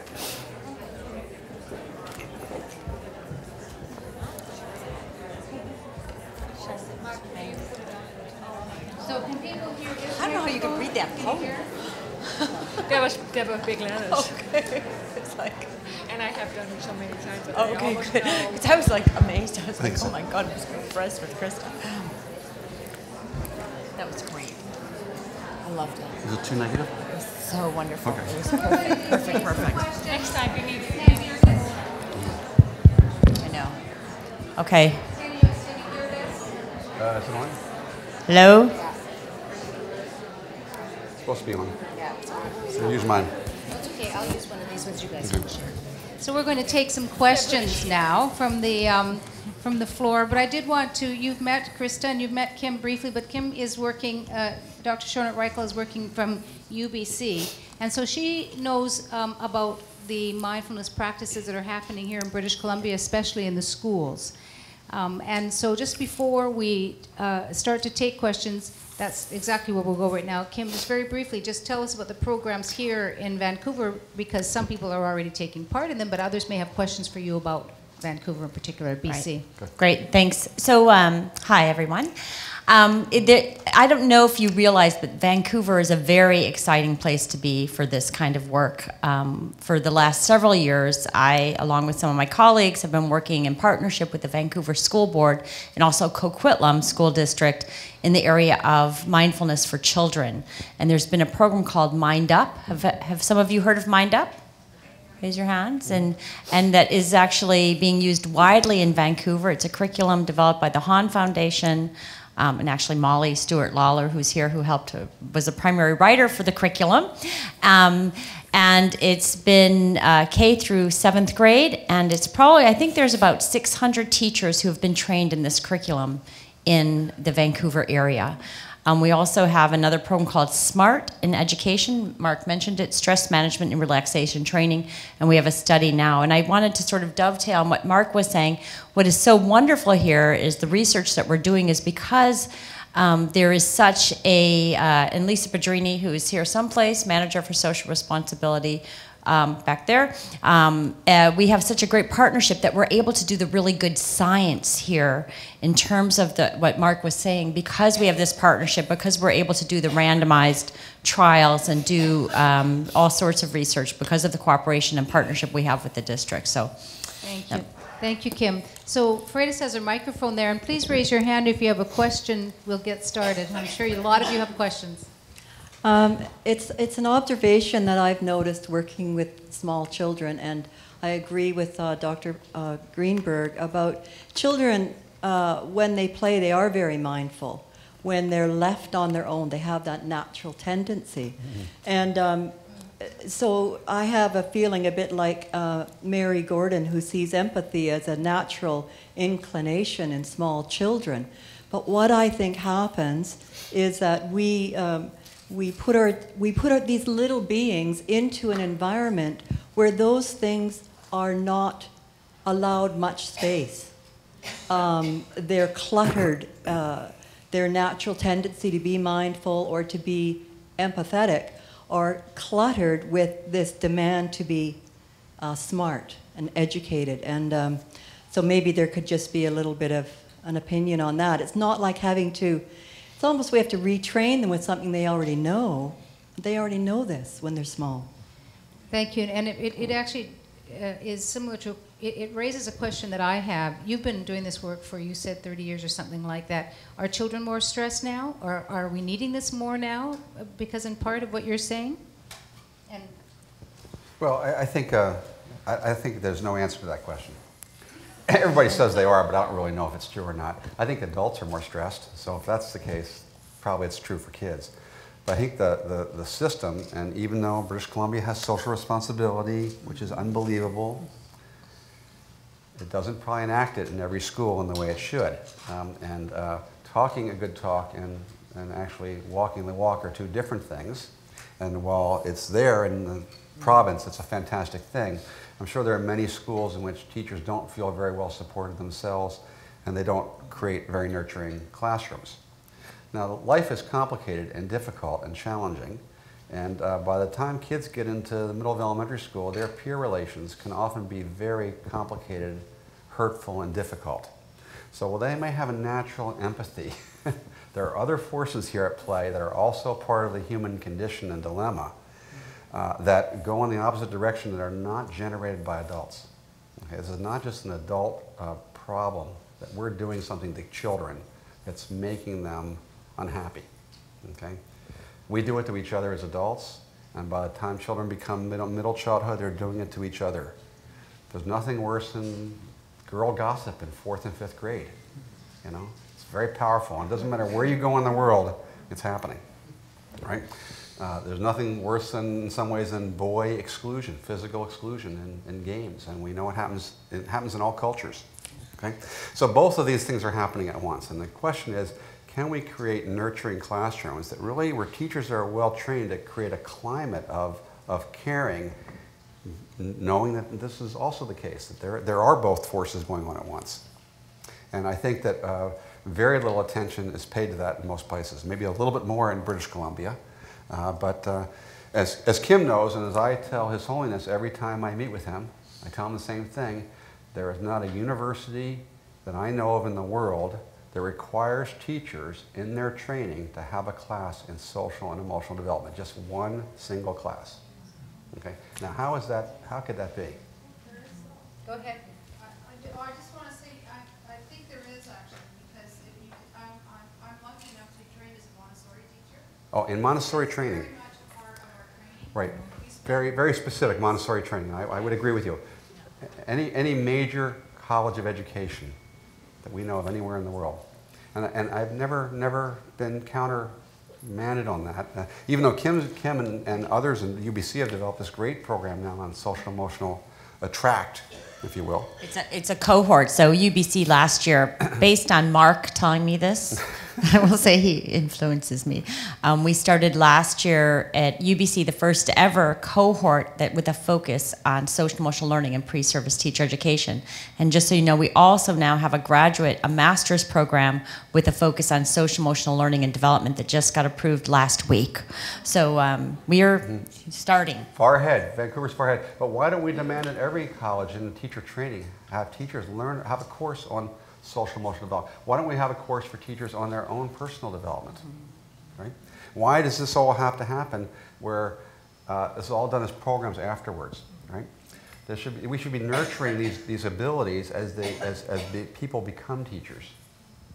And so, a little bit off the topic of your original issue, but it's a broader problem, systems problem. Mm-hmm. Next question. Hi, thank you for a wonderful talk. I'm a pediatrician, and there's a number of us in the healthcare field who are really interested in working with young people around mindfulness, in part because of the direct effects on health, mental health, physical health, stress, and pain, but also because I think we share a common goal with educators to really promote resilience and positive youth development. So I think there's a really natural alliance between health professionals and educators. And I'd like to hear your thoughts on how we can really strengthen that connection and work together, especially since Kim mentioned that you're a connector. Like that. Well, there's no question that there's a credible power in the health system. And as you know, very little of the health system is oriented towards prevention. And the more that physicians can work with schools directly, and not just in clinics, but working directly with schools, I think one can have more impact, because that's where kids are. One of the issues, I think, is understanding more of the health benefits. And I think that what we know so far, I told you is very little, but what we do know is really about the health benefits for kids that already have disorders. Okay? So I get calls all the time about ADHD, whatever it is. And Bob McMahon in the audience, one of my colleagues for the last 20 years, is an expert in this area. But people say, well, gee, kids that have ADHD don't pay attention very well. Why don't we teach them attentional interventions? That will solve their problem. And I think it's going to be much more complicated than that. And maybe for some, what we now call endophenotypes, there's some setting conditions that may lead to the behavior of inattention, it may be very useful. And for other causes that cause inattention, it may not be useful, right? Something else may be useful. Or maybe that medication and attention training together have better effects than attention training or medication alone. But the kind of questions we really don't have any answers to.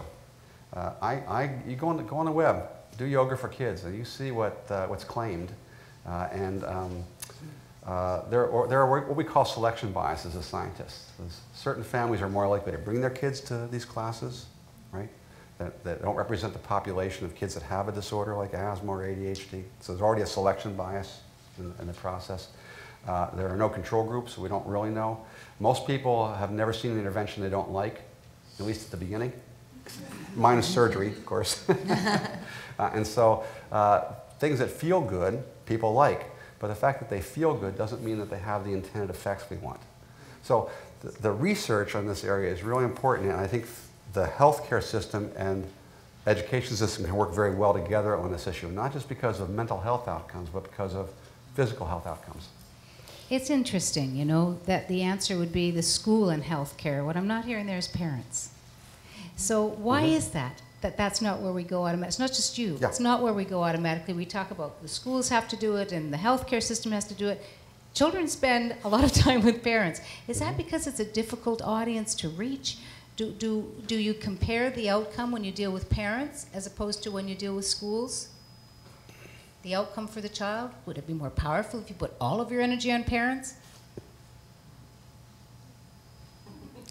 Are you asking us a question? I'm asking, what do we know about that? Because there's so little for parents and so much more for school.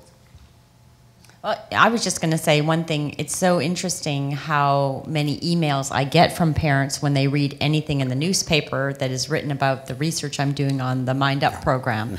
I get emails from parents saying, you know, okay, I have this child, and they usually give me the most heart-wrenching story about their son or daughter, and or ask me for some help or ask me who to connect. And I think a lot of times I connect them to Lisa Pedrini and say, you know, maybe your child goes to a school that this could happen. But it's interesting. So I do feel that there are parents who there's a readiness. And I'm so glad that you shared the parenting program, because Christa, you're involved with that, and you see changes. Yes, and you know, to come back to when we do social and emotional learning programs with teachers, you always get the questions, why do I have to do this? Where are the parents? And I think for a lot of parents it is, they don't know what to do. And they are so busy. A lot of parents have, especially in the States, have both 2 jobs sometimes. And there's no time in the day. And they are willing, but they don't know how. But in the meantime, the teachers have them in the classrooms for a couple hours. So it's a big influence. But it's a big question. Of course, we all would love parents to do this. But it's a lot of work to do. And this program that Mark was mentioning is a beginning, but still you don't get all the parents. You get the parents who still have the time and can make that time. But the parents you really want to reach, they don't come to these programs either. There probably are people who came tonight with the parents' hat, so you may have some thoughts and questions as well. Hi, thank you. My question actually goes directly to what we're talking about. I provide a program in Kerrisdale for children aged 6 months to 3 years old. It's really a parenting program in disguise. If any of you know me, don't look at me now. I get a lot of parents who have taken some time off work and, like you said, are really open and eager to change at that point. They have this little person, this little being, and they want to do their very best for it, but then inevitably have to go back to work. And so what I'm seeing more and more over the past 2 or 3 years is an influx of nannies, and mostly because I'm on the west side. And the relationship between nannies and children is markedly different than the relationship between parents and children. And I can't tell you how many times in a class I have to tell a nanny to sit on their hands and let the child do whatever it is, the activity they're doing. So my question is, how do I continue to promote mindfulness when the primary caregiver has shifted away from someone whose heart invested in the well-being of the child to someone who is maybe just more interested in getting it finished and getting them home and getting them to the next program? How do I connect with a member of the family that's not a member of the family to continue my mindfulness work? Does that make sense? Yeah. Yeah, but I don't have an answer for you. Anybody in the crowd have an idea? We have another question right here. Does anybody have an idea that they might lend? Was answered. Up here. Well, a workshop for nannies, maybe. Thank you very much. My question has to do with the science, and I want to complicate the understanding by introducing the notion of the placebo effect. And we know that the culture that a person exists in has a great effect on the efficacy of an intervention. So to what extent do you expect heterogeneous findings in cross-cultural studies, because your different cultures have different expectations about what in fact will work and what won't work. Right. So what works in Vancouver or Denver won't work in Tel Aviv or Bangkok. I think it's a good question. I don't think we have an answer, but that's why I'm suspicious of the findings that come from the yoga outcomes in India being translatable to here. Similarly, a lot of the meditation findings that are with children, and there aren't many, and if you want to write to me, find me at the Penn State website, I'll send you a copy of this review paper. There have been 2 reviews of meditation with children, and almost uniformly, almost every study has been done by people that are in the TM movement, Transcendental Meditation Movement. And I don't have any problem with the Transcendental Meditation Movement. Don't go away feeling that I do. But I have a problem with people that are very highly committed TM practitioners doing the research. There's really a need for independence of the research. And so there's both a cultural issue and there's also the independence of the scientist, because people's biases get introduced very quickly into research. And there's so many little places in research where you can have a bias, like you drop a subject here, or you don't count some data here, or this kid didn't come enough, so we're not going to count his data, or this child was X, so let's not maybe use him in the study. All kinds of things go on, let alone actually falsifying data, which I believe does happen sometimes, that make one really want to see independence in the research. To have people, it's not to say that people who are practitioners can't do studies, but it's important that people are independent doing this work to really show what its true value is. And culture is going to be one of those issues that's a big one.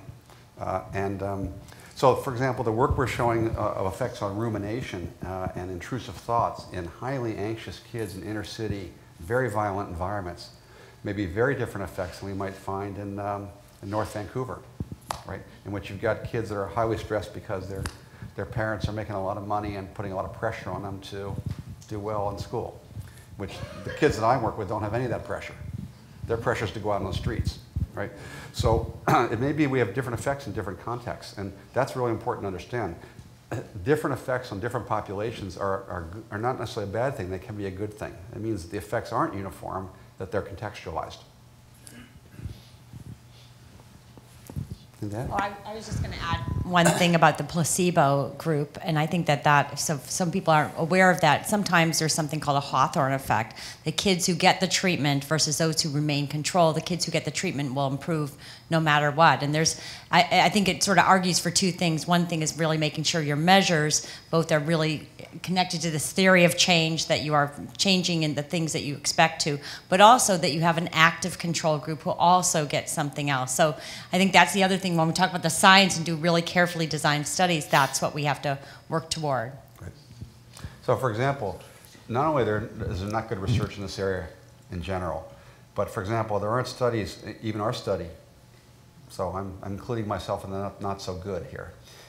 When we randomized the kids, half of them didn't get physical activity for 45 minutes, and half of them got yoga. Right? Half of them got what they normally would get in school, which some go to physical activity, some go to art, some go to music, and our kids went to yoga. Okay, see? So is it just physical activity that we need to do? If we did physical activity, might we get the same effects? Okay, we don't know, because that's what a good active control design would do. And there's nothing like that I've seen at all in the literature so far in this field. Very, very, very at the beginning, very much at the beginning. And part of the reason we're at the beginning is because this is on the edge stuff, right? So if 10 years ago I had submitted a grant to do this kind of work with kids to the National Institute of Health in the United States, or you've put it into CHIR, there's no way we would get funded, right? Now we're sort of on the edge where people are sort of interested in the ideas, very on the edge of potentially getting funded, but it really needs entrepreneurial funding for this kind of research. It needs foundations and private giving at this point, because when something is too innovative, these review committees will just reject it.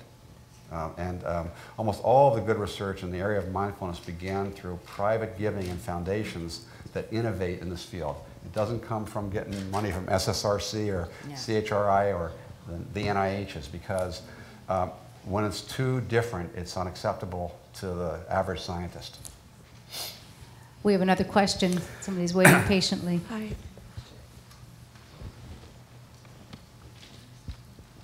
Hi, thank you so much. It's so exciting to have this kind of work being done.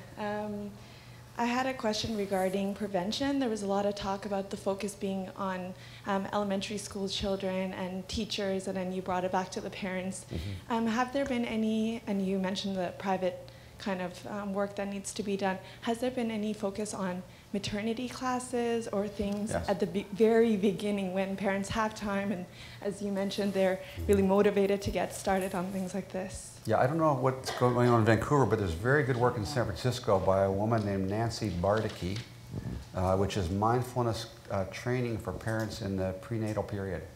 And this is a very important period because not only because of carrying the baby, but because we know that there are very high rates of maternal depression post-birth, right? As high as 25%. And so this is a very stressful period. This is when marital satisfaction drops. Sort of precipitously, at least for a short period of time, a couple of years. And being able to be mindful, especially when you don't get a lot of sleep, you know, in the early childhood period, can be very useful both for yourself, your child, and your relationship. And there is some research now being done on prenatal parenting classes around mindfulness. Are there other questions? I see a hand up right there, Freitas. Yeah, it's actually really just a follow-up question to that. So a lot of work is happening in the U.S. with Dr. David Olds and the intensive home visiting program in BC now.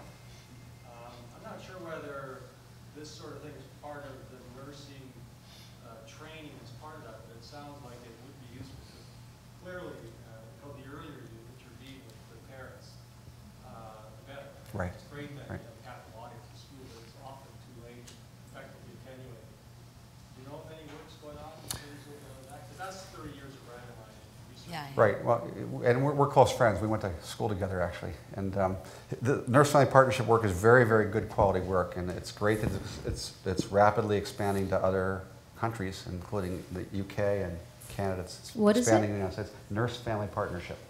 This is home visiting for low-income first-time mothers, starting prenatally and going till the age of 2. And the home visiting is by nurses. And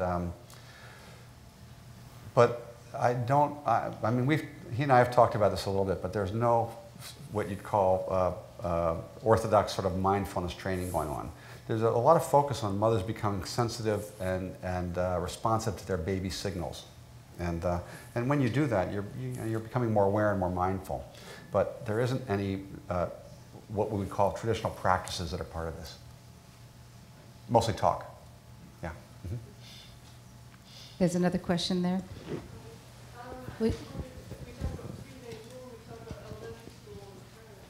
Just wait for the microphone, because I think I'm just even having trouble hearing you. Thank you. We talked about elementary school and prenatal and parents. I wonder if there's any talk about bringing in parental courses in high school. It seems like the teenagers are missing, and that would be a really good target group to hit. And yeah, it just seems like that would be a good answer for a lot of the troubles we're having. Right. So there's a lot of work developing now with mindfulness training programs with high school kids, but there's very little evidence yet. But I'll just tell you about two really well-known, really I think high-quality programs. One comes from the Kripalu Institute in Massachusetts, a man named Satbir Khalsa, and they've actually done a study. It's not published yet, using yoga in high schools, and they actually did an active control group. They did kids were all going to physical education classes, and half of them turned out the classes were yoga classes, and half of them turned out they weren't. It's a nice active control model. And they've shown very nice effects on well-being and depression in teenagers. And the second is a fantastic program, I think, called Breathe. It's developed by Trish Broderick. She's in the Philadelphia area. This is a downward extension of the traditional Jon Kabat-Zinn mindfulness-based stress response done for teenagers, for 15, 16, 17-year-olds. I think it's a fantastic program, and she actually does training. She has some data, but it's not quite randomized trial data, but I think this is excellent work, really excellent work. We're trying to get a large federal grant to study it.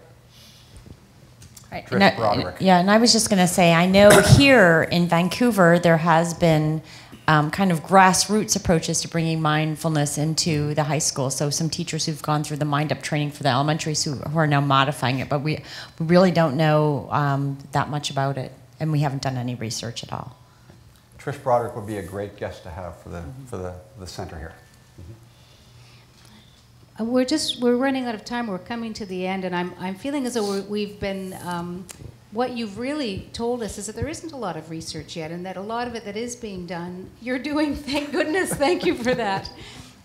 Based on what we know about mindful activities and the effect on adults, should we be hopeful about this research? Should we be watching carefully and believing that some of it will work for children? And if they would, what do we mean by work? What is our hope? Yeah, I'm very hopeful. I'm very hopeful. But there are a lot of issues here. One is dosage, and the other is intensity. And that is, remember my slide about skilled practice, that to do something, you have to do it regularly in order to create change. And this is probably true. Why do you do your math tables over and over again until you know them by heart, right? It's the same thing with some of these skills. They really have to be practiced regularly. And so I think to do this well means that communities schools, for example, need to commit to doing these regularly. So, for example, in Mind Up, if a teacher's doing it well, she's doing it or he's doing it 3 times a day at a bare minimum of practicing the breathing techniques. Similarly, if we're going to do yoga or other kinds of mindfulness techniques, we need to have them become a regular, routine part of everyday activity in order for them to become habits. And I think it's when we see those kinds of, that's why the Sangha, the Dharma, the practice, got to get it coordinated here. Because for it to become a regular part of one's everyday activities, I think is really important to instantiating it in a way that it'll have strong effects. Now, what are strong effects? That's exactly what I was just going to I think, again, strong effects are going to depend on the person. And I don't want to get into things like genetic risk issues, but we all have different risks. So, for example, my family, everybody dies of heart disease, and I don't know anyone that's ever died in my family of cancer. So I could probably smoke like a chimney and nothing will happen, right? And you know, some of you, that would be very different. It's the same thing with behavior, with the risk for aggression, for attentional problems, for anxiety. You know, I couldn't be anxious if I tried. Everybody knows me knows that. I can't get really anxious. So these are from a science issue. The more complicated developmental research becomes, the more complicated the answer becomes, and that is, it may be very good at reducing anxiety, for example, and depression in certain people, and for others it may be good at creating weight loss or changing their GABA levels, right? So we have to look for what works best in what population. If we did yoga with everybody in this room and we had one outcome measure, which say is anxiety disorders, we probably wouldn't find an effect. But if we looked at people that had a real risk for anxiety disorders, we might see it had an effect, you see? So we have to be really careful to think through this question well, or we'll end up showing no effects when there are effects. And part of this then goes back to the issue of enough dosage in a regular way to have skilled practice to have the right outcomes. Anything to add? Yeah, well, I think we also have to go back to this idea of, you were talking about the neuroscience and thinking about what is the goal, what is the ultimate goal in terms of doing this, and really thinking about sort of the interpersonal relationship aspect, you know, and although we want to change the physiology, and there's certain health things that I think get the buy-in and certainly have large implications in terms of economics, but the idea that creating a more compassionate and caring culture is really, to me, that's kind of why I'm in it. But well, thank you very much to all of you. I'm going to now, without any kind of mindfulness, make someone a little less anxious. And if your name is Leslie Winters, your credit card is at the front desk. I'd like to, I hope that you're here. I'd like to invite the president and the chief executive officer of the Dalai Lama Center to join us now to officially thank everyone. Lynn Green. Well, good evening, everyone.